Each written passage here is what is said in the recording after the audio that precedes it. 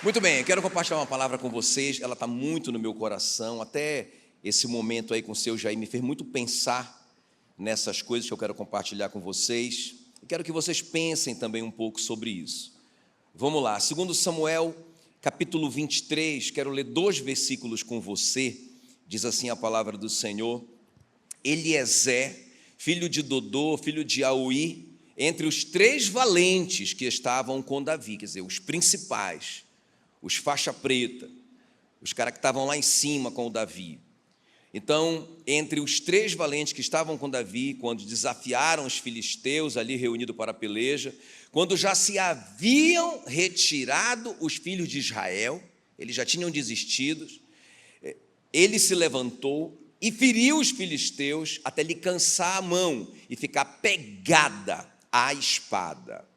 Naquele dia, o Senhor efetuou grande livramento, e o povo voltou aonde Eliezer estava, somente para tomar os despojos. Curva a sua cabeça, eu quero orar por você.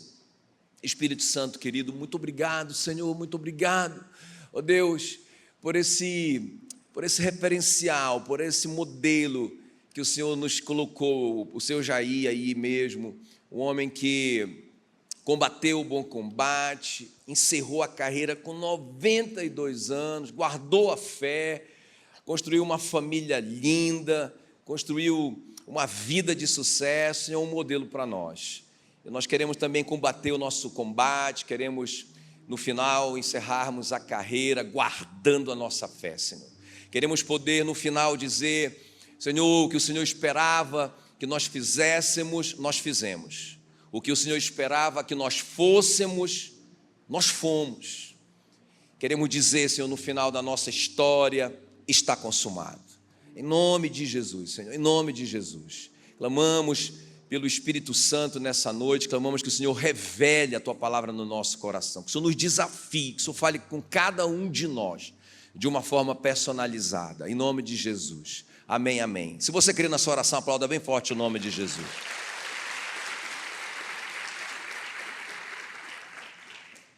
Muito bem, eu amo essa história. Então, 2 Samuel, o livro de 2 Samuel, o capítulo 23, começa o autor, o escritor dizendo assim: são estas as últimas palavras de Davi. Então, as últimas palavras de Davi, esse escritor registrou, e ele está falando sobre os 37 valentes do Davi. E ele faz um resumo dos 3 principais, o que eles fizeram. Ele fala de um Josebe que matou 800 homens com uma lança, numa só batalha, né? Ele fala de um Samá, filho de Agé, que defendeu um campo de lentilhas contra os filisteus. E ele fala desse Eliezer. Então, ele fala dos 3 principais valentes do Davi, do rei Davi. E ele fala desse Eliezer como um herói. A palavra Eliezer, o nome Eliezer, significa Deus ajuda. O que significa Eliezer? Deus ajuda. Então, ele foi um dos principais valentes de Davi. E a história se resume no seguinte: a Bíblia diz então que eles estão numa batalha contra os filisteus, todo Israel está ali lutando, e eles estão sendo derrotados pelos filisteus. E o que Israel faz? Israel foge, Israel desiste. E nesse momento surge esse cara, surge esse herói, o Eliezer, que está vendo o pessoal fugir, mas a Bíblia diz que o Senhor efetuou um grande livramento, e aí o povo então volta, quer dizer, o Eliezer sozinho com uma espada na mão que grudou, foi sobrenatural, não foi humano, foi algo sobrenatural. Sabe, é tipo o Sansão com aquela queixada de jumento matando 1000 homens. Não é natural, aquela queixada de jumento, né, virou de aço a laser, e o Sansão, ele ia matando e ia fazendo um montão de homens, né? Então, é uma coisa assim, sobrenatural. Deus entrou ali, o cara começou a fazer e Deus se envolveu. Quem está comigo aqui? Não é? Então foi isso com esse homem chamado Eliezer. Os caras vão embora, os caras fogem, e ele não está nem aí, ele vai para cima dos caras, e Deus faz um grande, olha, Deus efetuou um grande livramento, e aí o povo volta para colher os despojos. Vocês sabem que o despojo da guerra era do exército vencedor. Então, na verdade, o Eliezer tinha direito sobre todos aqueles despojos. Ele poderia dizer: não, Esse despojo aqui é meu, né? Mas ele quis repartir o despojo. Então isso aqui é muito jóia, irmãos. Isso aqui é uma lição muito tremenda para nós, né? Porque a nossa vitória pode ser uma motivação, né? Sabe, como é que fala? Faltou a palavra. Um incentivo, né? Para que outras pessoas que estão derrotadas, que já desistiram, vendo a nossa vitória, voltem a acreditar. Quem está comigo aqui? Não é? Então esses caras voltam a acreditar, ele escolhe os despojos, e aí esse Eliezer vira assim um grande herói em Israel. Eu quero compartilhar com vocês uma palavra, eu coloquei um tema assim, como nascem os heróis. Porque eu creio assim, sabe, irmãos, assim como o rei Davi está terminando a vida dele e fazendo um rol dos heróis, e falando o que eles fizeram, olha, esse aqui fez isso, esse aqui fez aquilo, esse aqui fez aquilo outro. Eu creio que o rei Jesus também tem um rol de heróis. Quem está comigo aqui? Não é? Sabe, irmãos, e esses heróis surgem assim. Surgem quando ninguém acredita mais. Esse Eliezer, quem é esse cara? E de repente ele aparece na história. Não é? Um grande herói, um grande herói. O seu Jair foi um herói, sabe, irmãos, desse tipo assim. Eu tenho certeza que ele vai ter assim uma recepção muito calorosa no céu. Né? Eu estava ali assistindo tudo, vendo esses telões, vendo as luzes, essas cadeiras, mas ali eu estava lembrando de uma época que a gente estava em construção aqui, né? Eu estava lá vendo tudo, sabe, Willy? Eu estava vendo, estava passando na minha mente aquela história, e aqui não tinha parede, não é? A gente tinha um banheiro lá atrás de telha de zinco, não é? Era assim que era o banheiro, um masculino e um feminino. O ministério infantil, que hoje é um referencial na cidade, era uma tenda de plástico, sabe aquele plástico preto? E aí os meninos saíam uma beleza de lá, né? Com aquele piso, aquele chão sem nada. Sabe, irmãos, eu estava vendo tudo isso, e esse cara foi um herói, foi um desses heróis que, sabe, eu nem acreditava que a gente ia chegar nesse ponto que a gente chegou. Ele disse, pegou a espada dele, né? E ele abençoou muito, né, esse ministério. Quem está me entendendo aqui? E sabe, essas coisas não são esquecidas. Se eu não esqueci, imagina, irmãos, o rei Jesus. Sabe, está tudo sendo anotado, o que a gente está fazendo para Jesus. Tudo está sendo anotado. Cada tempo, cada investimento financeiro, cada trabalho com uma pessoa, cada noite mal dormida em oração, está tudo sendo registrado. A Bíblia diz que não tem nenhum trabalho que a gente faça para Jesus que seja em vão. Está tudo sendo registrado, diga glória a Deus. Então eu quero conversar com vocês, baseado nessa história que eu contei para vocês, como nascem os heróis. Bem simples, quero mostrar 3 princípios para vocês. Então a primeira coisa que eu vejo aqui na vida do Eliezer, os heróis, grita aí comigo, os heróis assumem a responsabilidade. Sabe, irmãos, a gente pode tirar uma de ficar reclamando de tudo, de colocar a culpa em todo mundo, no governo, naquela pessoa, naquele pastor, não sei o que lá, naquela pessoa que me magoou, no meu passado, na minha infância, ou a gente pode assumir a responsabilidade. Olha o que o Eliezer faz, segundo Samuel 23, 9. Quando já se haviam retirado os filhos de Israel, todo mundo desistiu. Imagina, está todo mundo ali, naquela batalha, aquele grande exército, os filisteus estão do outro lado, e o pessoal vai desistindo, o Eliezer está vendo, e o pessoal vai desistindo, pessoal, vamos, e o pessoal vai desistindo, pessoal, o que vocês estão fazendo? E todo mundo desistindo, quando ele, irmãos, ele se vê sozinho. Sabe, ele poderia dizer, rapaz, o que eu vou ficar fazendo aqui? Eu vou pagar essa conta sozinho, eu vou fugir também, não é? Mas, irmãos, esse cara assume a responsabilidade. Quando já se haviam retirado os filhos de Israel, ele se levantou e feriu os filisteus. Sabe, ele não ficou colocando, ele não é a Maria vai com as outras, ele não ficou gritando, voltem, ele não ficou desesperado, ele não ficou reclamando, essas pessoas não fazem nada, e por isso eu não vou fazer também. Não, irmão, eu vou prestar conta da minha vida com Deus. Sabe, naquela hora da prestação de conta, não vai ter esse papo, eu não fiz, porque um pastor que eu trabalhava lá na igreja dele, que eu servia na igreja dele, caiu, e aí quando ele caiu, eu me desanimei e desisti de tudo. Irmão, isso não tem nada a ver com você. A prestação de conta é absolutamente individual. Quem está comigo aqui? A gente não vai ter, foi a mulher que me deste. Foi a mulher que me... Não, irmão, A prestação de conta é individual. Oséias 13:9 diz que a tua ruína, ó Israel, vem somente de ti, e só de mim o teu socorro. De quem vem a ruína? Conta para você mesmo. Só tem uma pessoa que pode derrubar você, destruir você, e não é Satanás. E não é nenhuma pessoa, não é o governo, não é ninguém, não é estrutura humana nenhuma. A única pessoa que pode destruir você está diante do espelho quando você se olha. A tua ruína só vem de ti e só de mim, diz o Senhor, o teu socorro. Diga glória a Deus. Sabe, a parábola do samaritano é sobre isso, né? Que aí o sacerdote, bonitão, vê o cara lá morrendo, mas ele passa de largo, não está nem aí, não se envolve, não ajuda o cara, e vem um levita atrás dele. E ele pensa, puxa vida, se o sacerdote não fez, eu vou fazer. Isso era obrigação do sacerdote. E ele passa de largo também, com a consciência absolutamente limpa. Estou tranquilo, o pastor não fez, também não vou fazer. O cara que está mais tempo na igreja não fez, eu que vou fazer. Não é? Irmão, quem passa, o terceiro que passa lá, é um cara que não tem nada a ver com a história, é um samaritano. É um estrangeiro para aquele judeu que está ferido. É um cara que é odiado por aquele judeu que está ferido. Sabe, os samaritanos odiavam os judeus e vice-versa.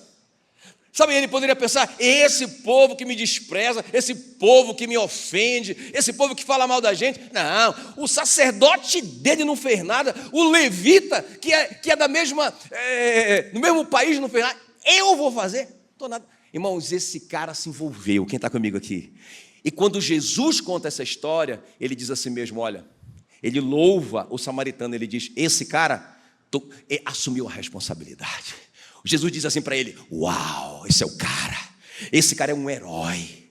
Sabe, é o cara que assume a responsabilidade. Sabe, irmão, quando eu falo herói, a gente não precisa fazer grandes coisas, não.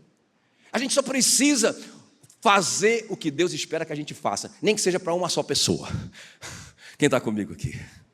Amém? Então a primeira coisa que eu vejo aqui na vida do Eliezer, grita aí comigo, os heróis assumem a responsabilidade, não é? Então ele não seguiu a maioria. Eu penso que o Eliezer copiou o exemplo do líder dele, né, do Davi.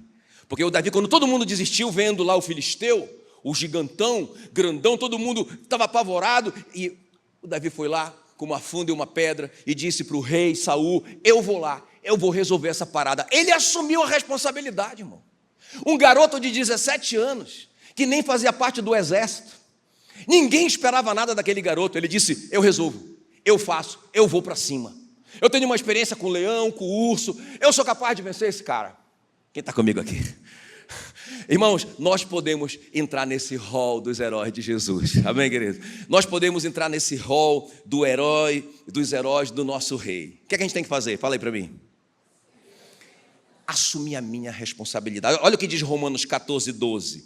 Assim, cada um de nós prestará contas de si mesmo a Deus. Quem ouviu? Eu posso ler de novo?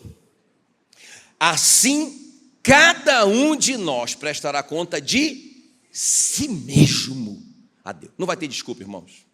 Não vai ter desculpa. Vamos assumir a nossa responsabilidade. Amém? Muito bem, a segunda coisa que eu vejo aqui na vida do Eliezer, não é? A gente está falando sobre como nascem os heróis. Então eles assumem a responsabilidade. A segunda coisa aqui, eles são intensos no zelo. Grita aí comigo. Os heróis assumem a responsabilidade. Grita aí comigo, os heróis assumem a responsabilidade. Grita aí comigo, eles são intensos no zelo. Se não, veja 2 Samuel 23:10. Ele se levantou, feriu os filisteus, até lhe cansar a mão e ficar pegada a espada. Meu Deus do céu. Irmãos, os heróis de Deus, eles são apegados à espada do Espírito Santo. Qual que é a espada do Espírito Santo? Palavra de Deus. Está escrito na Bíblia, não é? Que a espada do Espírito é a palavra, Efésios 6:17. Tomai a espada do Espírito, que é a palavra de Deus. É a única arma de ataque da armadura. Capacete, couraça, cinturão, calçados, escudo, tudo é defesa. Mas a espada do Espírito é a única arma de ataque. Irmãos, deixa eu falar uma coisa. Nós podemos entrar nesse rol dos heróis do Rei Jesus. O que a gente tem que fazer? A gente tem que assumir nossa responsabilidade. Assumir nossa responsabilidade em casa, como sacerdote. Fiquei tão feliz aí com esse desafio para os homens. Assumir nossa responsabilidade como esposa, como filhos, como trabalhadores. Sabe, nós temos que assumir. Mas a segunda coisa que nós temos que fazer, nós temos que ser realmente, nós temos que ser apegados, nós temos que ter realmente, sermos intensos no zelo pela palavra de Deus. Amém? 2 Timóteo 2,15 diz assim: procura apresentar-te a Deus aprovado. Como é que um obreiro se apresenta a Deus aprovado? Como obreiro que não tem do que se envergonhar, que maneja bem a palavra da verdade. Amém, queridos? Então, realmente, irmãos, como é que está o nosso relacionamento com a palavra de Deus, né? Eu acho que nesses dias que a gente é muito distraído, muita informação, muita coisa, nós precisamos tomar uma decisão. Precisamos ser intencionais, não é? De separar um tempo para a gente aprofundar mais no nosso relacionamento com a Bíblia. Amém, queridos? Temos que ser mais intensos com a palavra de Deus. O apóstolo Paulo diz assim: no zelo não sejais remissos, ou seja, não seja preguiçoso, não seja molenga, não é? Não seja mais ou menos, sabe? Seja realmente zeloso, no zelo não seja remisso. Ele fala: sede fervorosos no Espírito, servindo ao Senhor. Quem está comigo aqui? Como é que eu tenho que servir o Senhor? Com zelo, sendo fervoroso, não posso ser remisso. Eu vou prestar conta um dia, irmãos, não é? Imagina, né? Imagina, eu vou chegar, eu estava vendo o seu Jair mesmo, né? Por isso que eu estou te falando, eu vou falar muito do seu Jair, porque olhando a vida do seu Jair, eu falei: rapaz, esse cara, ele é um modelo para mim, não é? A história que a gente ouviu lá, eu achei muito interessante, né? Porque ele trabalhava numa padaria com 15 anos, eu não conhecia essa história dele, olha que eu conversei tanto com ele. Ele trabalhava numa padaria, ouvimos hoje lá, e com 15 anos ele pediu para o cara ensinar para ele fazer pão, porque ele queria ganhar mais dinheiro. E o cara falou assim: rapaz, esse cara aí, esse guri aí, né? Perigoso, pode aprender e tirar a minha freguesia. Então ele não ensinou para o seu Jair. O seu Jair subia no telhado, irmão. Subia no telhado, abria uma telhinha lá e ficava olhando o cara fazer o pão em cima do telhado. E ficava anotando as quantidades das coisas. Ele ficou, e depois ele fazia a experiência. Aí ele fala lá, né, que logo, não sei quanto tempo depois, 3 meses, ele já foi promovido, aleluia. Mas isso é o cara, não, está muito difícil, ninguém quer me ajudar, as pessoas estão muito egoístas hoje, então eu vou ficar aqui, nessa padaria pelo resto da minha vida. Não, meu irmão, a gente tem que ser zeloso, não é? Não, eu já leio meio capítulo por dia. Entendeu? Já estou lendo demais, estou gastando quase 10 minutos com a minha Bíblia. Não, irmão, se nós quisermos assumir a nossa responsabilidade, se nós quisermos fazer alguma coisa para o nosso rei, deixar nosso nome escrito na história do Rei dos Reis, nós temos que ser zelosos, não podemos ser remissos, tem que ir para cima. Eu não sei se eu já contei aqui, mas se eu já contei aqui, não tem problema, né? Pode ser que alguém nunca ouviu essa história, mas até vou te deixar um filme para você assistir, que é o Fora da Lei de Deus. Quem já viu o Fora da Lei de Deus? Rapaz, você está quase em pecado de não ver esse filme. Não é? Então, é a história do cara que eu amo demais, o Tim Dale. Esse cara, eu quero conversar com ele no céu, quando eu for para o céu. Eu quero ter muito tempo com ele, assim, quando eu conhecer as histórias. Porque esse cara é um desses heróis, irmão, sabe? Que vocês nem conheciam, olha só. Vocês nem sabiam dele. Mas eu vou te falar, esse camarada tem o nomezinho dele lá gravado naquela rua de ouro, aleluia. Sabe aquela rua de ouro? Naquela rua de ouro tem o pezinho dele lá, escrito Tim Dale. Eu tenho certeza absoluta. Não é? Então, o Tim Dale, só resumindo a história dele, ele tinha uma obsessão. Ele era um como Martinho Lutero, ele também era assim, um bispo da igreja, a igreja, né, que acabou se desviando.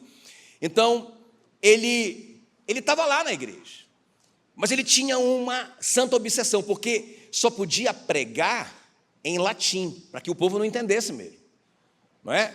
Então por quê? Porque assim o povo ficava ignorante. E ficando ignorante, o povo era enganado, por exemplo, com as indulgências. O cara comprava a salvação dele. Comprava uma carta chamada indulgência, que dava a salvação para ele. Inclusive, ele podia comprar a indulgência do cara que já morreu. De um parente que já morreu, ele podia comprar. Claro, ele pagava mais caro, né, porque já morreu. Irmão, isso é história, está na história humana. E aí o cara comprava a indulgência do falecido para salvar ele. Agora, se o cara quisesse, além de ser salvo, ficar próximo de um dos apóstolos, ou até de Jesus mesmo, aí ele tinha que ser enterrado na igreja. Mas se ele for, para que ele fosse enterrado na igreja, aí era uma fortuna. Só os milionários conseguiam isso. Já pensou, irmão?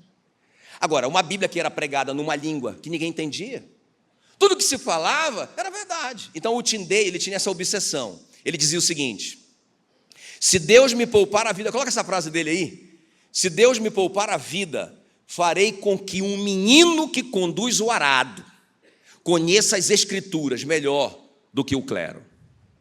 Quem está comigo aqui? Então ele traduziu o Novo Testamento do latim para o inglês, e ele começou a mandar essas cópias, encaminhar essas cópias. E aí o que aconteceu? O pessoal começou a descobrir. Isso era crime contra a igreja, que era meio misturada com o Estado, era crime. Então ele foi descoberto, ele fugiu para a Alemanha. Irmão, as coisas de Deus, né? Ele foi para uma cidade chamada Wittenberg. Sabe quem morava nessa cidade? Um cara que vocês não conhecem, um tal de Martinho Lutero. E ele tropeçou nesse Martinho Lutero lá, que também era outro doido, irmão. Outro zeloso, que segurava a espada até ficar grudada na mão dele. Um maluco por Jesus. E o Martinho se juntou com ele e falou: rapaz, vamos traduzir a Bíblia, não é? Eu já tenho, como é que fala? Ele já conseguiu, ele já tinha como produzir muita Bíblia já, o Martinho Lutero. Então vamos produzir em inglês. E eles começaram a produzir, e eles mandavam para a Inglaterra. Eles mandavam em sacos de farinha a Bíblia, né? O contrabando. Por isso que o nome do filme como é que é? O Fora da Lei de Deus, né? Porque era um contrabando. Aí entrava a Bíblia nesses sacos de farinha. Só que aí os caras descobriram, não é? E esse cara, né, da igreja desviada, o bispo Dunstan, eu chamo ele de bispo tonto para ficar mais fácil da gente decorar. Ele contratou um tal de Augustinho Pecton, que era um mercador, para comprar as Bíblias do Tyndale. Então ele falou assim: compra tudo, e nós vamos queimar na frente da igreja, não é? Só que o que ele não sabia era que o Pecton era amigo íntimo do Tyndale, e ele era um seguidor dele, inclusive ele financiava as Bíblias também. Olha o que Deus faz, né? Aí o Pecton falou assim: não, beleza, vou comprar tudo. E aí a Bíblia, vamos dizer que a Bíblia fosse R$50, ele falava lá para o bispo, né? Mas eu acho que ele prestou conta disso com Deus depois, né? Mas ele falava assim para o bispo: a Bíblia é R$200, é para comprar tudo? Compra tudo! E ele comprava tudo. Só que cada Bíblia que a igreja queimava, entravam 3 Bíblias na Inglaterra. E aí, irmãos, pode aplaudir Jesus. Então o que aconteceu? A Bíblia foi entrando, e a coisa foi se espalhando, o evangelho foi entrando na Inglaterra, e todo mundo lendo a Bíblia. Aquele menino que conduzia o arado já sabia mais do que os bispos que não sabiam nada de Bíblia mesmo. Estava se cumprindo o desejo do Tyndale, mas em 1536 ele foi preso, e realmente foi condenado à fogueira. Você vê o absurdo, né, irmão? A estupidez da humanidade. Esse cara foi condenado à morte na fogueira, não é? Como um herege. E quando ele estava para ser queimado, ele deu um grito, mas não negando Jesus, ele deu um grito assim: Senhor, abre os olhos do rei da Inglaterra, com a espada grudada na mão. Vocês estão me entendendo? Não é? E pouco tempo depois, o rei Henrique VIII autorizou a tradução oficial da Bíblia em inglês. Sabe como que se chama essa Bíblia? A Bíblia do rei Tiago, a King James. Essa Bíblia que vocês leem, a King James, custou a vida desse cara. Vocês estão entendendo, irmãos? Onde que nós estamos metidos? Onde que nós estamos envolvidos? Nós não estamos aqui brincando de igreja, não é? Nós estamos aqui, irmão, nós podemos deixar uma história, uma marca, o nosso nome. Sabe, eu estava pensando, meu Deus, seu Jair já foi, ele não pode mais fazer nada. Acabou, né? Acabou para ele. Aquele caixão foi baixando ali, aquelas pessoas foram fechando ali. Sabe, eu fui vendo aquela cena e no meu coração, beleza, ele está no céu agora com Jesus, ele já conheceu a casa nova dele, ele já recebeu tanta recompensa, já foi uma festa linda para ele, mas eu pensei, ele não pode mais fazer nada. Eu voltei no carro, não é, pensando, mas eu posso. Eu ainda posso fazer alguma coisa. Eu ainda posso assumir a responsabilidade. Sabe, eu não preciso ficar culpando ninguém. Eu posso fazer, rapaz, a história acontecer. Pensa, irmão, Tyndale mesmo, não tinha apoio de ninguém. Sabe, ele não era um cara famoso, nada. Esse maluco arriscou a vida dele, irmão, para que o evangelho entrasse na Inglaterra. Quem está comigo aqui? Não é? Então, nós precisamos, irmãos, a segunda coisa qual que é mesmo, me lembra aí? Nós precisamos ser intensos no zelo. Qual que é a primeira? Me ajuda aí. Amém. Glória a Deus, glória a Deus. E a terceira e última coisa aqui para a gente orar. Grita aí comigo. Os heróis de Deus, né? Como nasce um herói de Deus? Eles dão a glória para Deus. Isso aqui é uma coisa muito importante. Eles dão a glória para Deus. Dá para colocar as três aí para ajudar eles? Olha aí. Me ajuda aí. Assumem a responsabilidade, são intensos no zelo, dão a glória para Deus. Porque olha o que diz 2 Samuel 23:10. O Senhor fez uma grande vitória naquele dia. Quem fez a vitória? Puxa vida, que na verdade foi o Eliezer. Foi o Eliezer que arriscou a vida dele, não foi? Não, meus irmãos, mas o Eliezer está dando a glória para o Senhor, porque ele sabe que era humanamente impossível. Ele sabe que um homem sozinho com uma espada jamais poderia matar um exército. Ele sabe que não foi ele, não é? Então ele dá a glória para Deus. O Senhor fez grande vitória naquele dia. É o Senhor. A gente conhece a história do rei Ezequias, lembra quando o Senaqueribe cercou, não tinha mais jeito. Eles subiram na torre de vigília, desesperados, oraram, e a Bíblia diz que Deus mandou um anjo. Quantos anjos? Um anjo matou 135 mil soldados, não teve guerra. Não é? Foi Deus. Depois o Ezequias não podia bater no peito e dizer, rapaz, olha, glórias a mim, né? Modéstia à parte, eu estou cantando diante do espelho, grandioso és tu. Sabe, irmãos, o Ezequias sabia, foi Deus, assim como o Eliezer não tinha nenhuma dúvida, porque deixa eu te falar como isso aqui é sutil. Isso aqui é muito sutil, a gente tomar a glória que não é nossa, não é?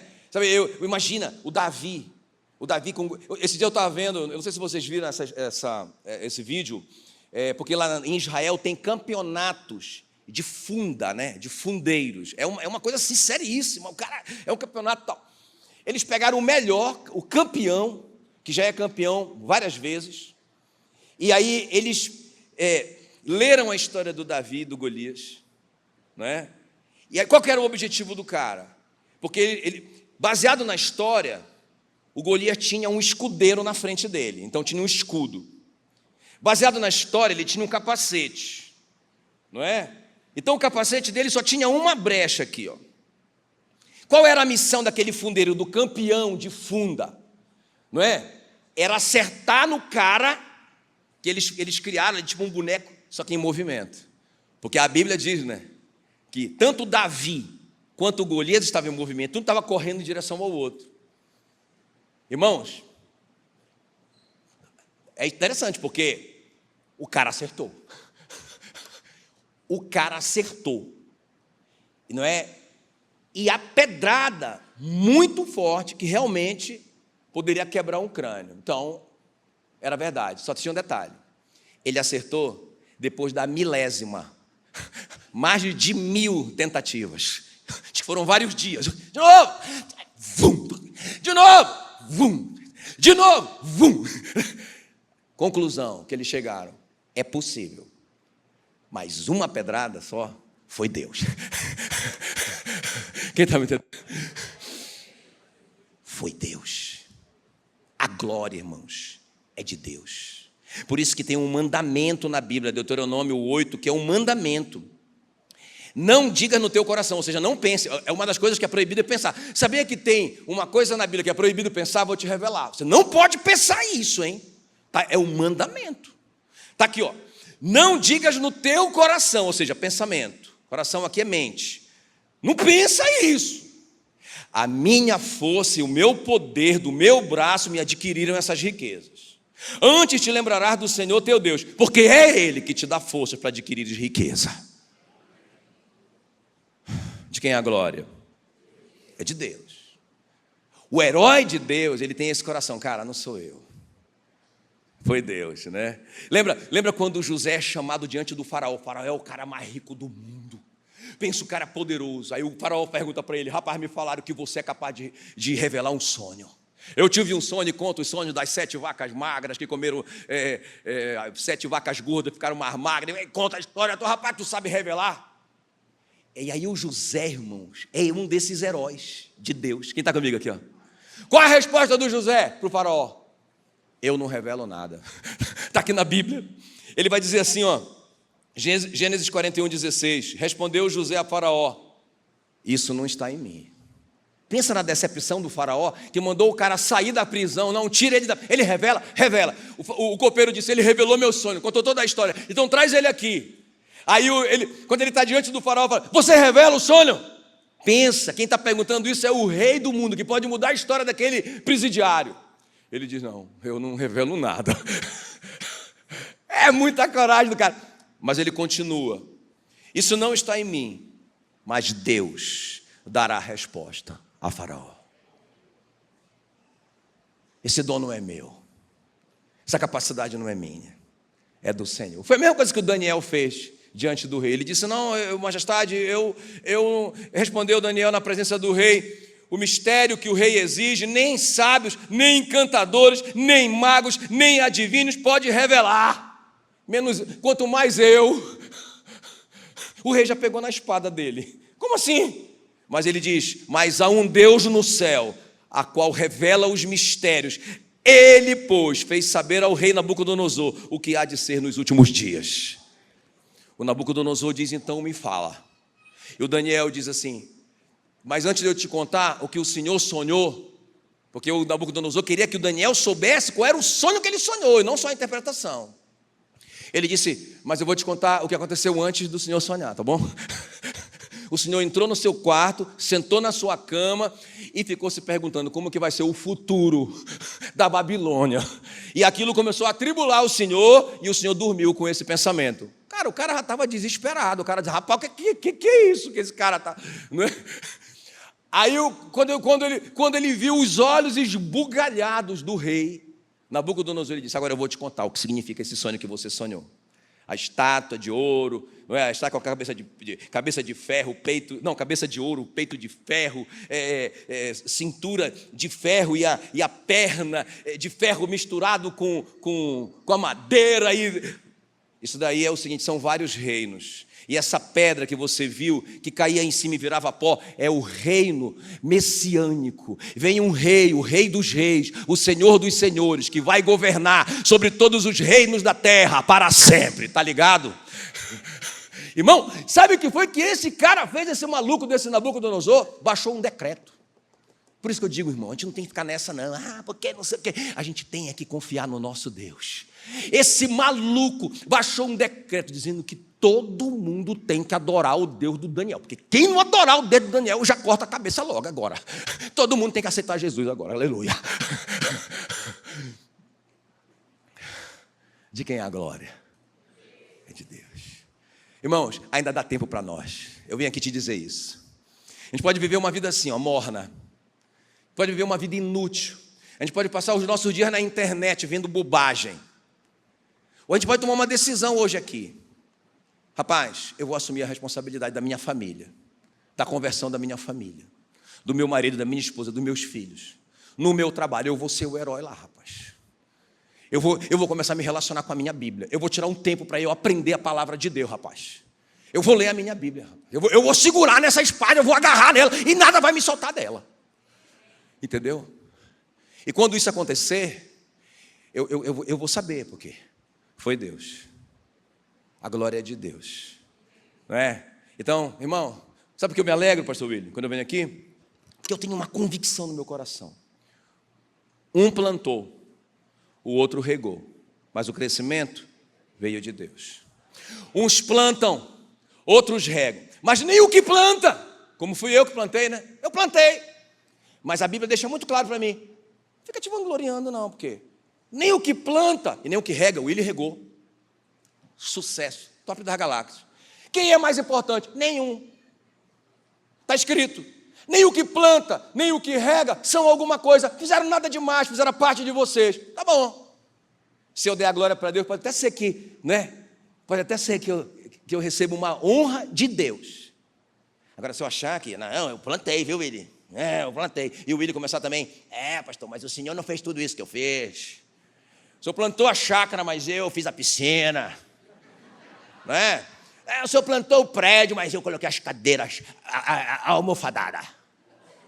Nem o que planta, nem o que rega são alguma coisa, mas Deus que deu o crescimento.